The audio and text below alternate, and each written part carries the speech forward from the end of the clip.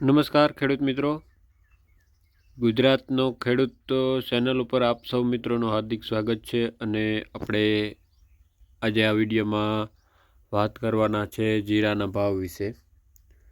તો જીરું ઘણો લાંબો ટાઈમથી મંદી તરફ હતું, થોડી મૂવમેન્ટ આવે છે અને ફરી એક મંદી તરફ જાય છે.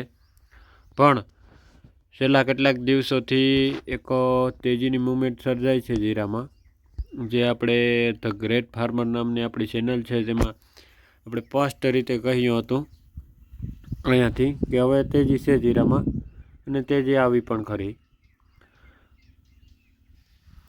તો હવે આ આપણી નવી ચેનલ છે અને આપણે આ જીરાનો વિડીયો બનાવી રહ્યા છીએ. તો આગળના સમયમાં જીરાના ભાવમાં શું થઈ શકે છે, વધારો આવી શકે છે કે ઘટાડો આવી શકે છે, એ ઉપર આપણે આજે આ વિડીયોમાં વાત કરીશું. તો જીરામાં એક તેજીનો દોર યથાવત છે, જે છેલ્લા કેટલાક દિવસથી એક જ ધારો યથાવત છે. અવિરત તેજી કેવી હોય તો કહેવાય. પણ હાલ એક એવી મૂવમેન્ટ દેખાય છે કે જીરું 23,000ની ઉપર 23,500થી 24,000 સુધીમાં એક વેચનારની સંખ્યા એક મોટી દેખાય છે.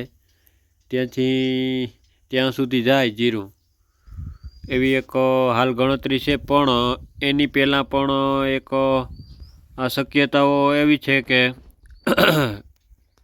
જીરામાં એક નાની એવી એક મંદી કરતું જાય અને પછી તેજી તરફ ધીમી ગતિએ ઓવરઓલ તેજી રહીએ, પણ નાના ડીપ, એટલે કે નાની મંદી આવે, થોડીક મંદી આવે અને ફરી તેજી તરફ પાછું મળી જાય, એવી એક શક્યતાઓ છે જે હાલ દેખાઈ રહી છે. અને આ એક બોક્સ દોરેલું છે આપણે, તે 23,000ને ઉપર અને 24,000ની નીચે છે, જે ત્યાં એક વેચનારની સંખ્યા મોટી દેખાય છે.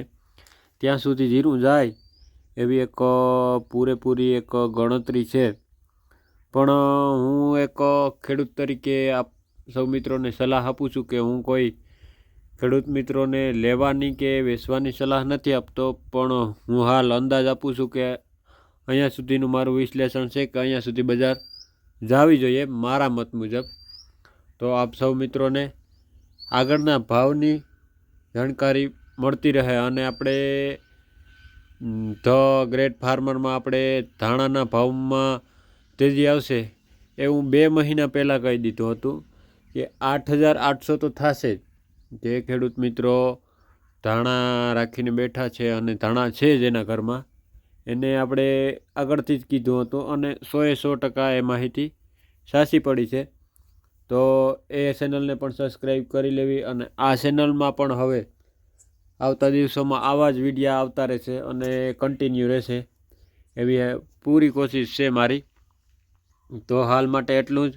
આભાર સૌ મિત્રોનો, અને વિડીયોને લાઈક અને ચેનલને સબસ્ક્રાઈબ કરી દેવી, જેથી આપ સૌ મિત્રો જોડાયેલા રહો. અને કોઈ ખેડૂતોનું ગ્રુપ હોય તેમાં આ વિડીયો શેર કરી દેવો, જેથી આપણે ઘણા બધા ખેડૂતો સુધી માહિતી પહોંચાડી શકીએ, એવું આપણે કામ કરવાનું છે. તો હાલ માટે એટલું જ. આભાર સૌ મિત્રોનો.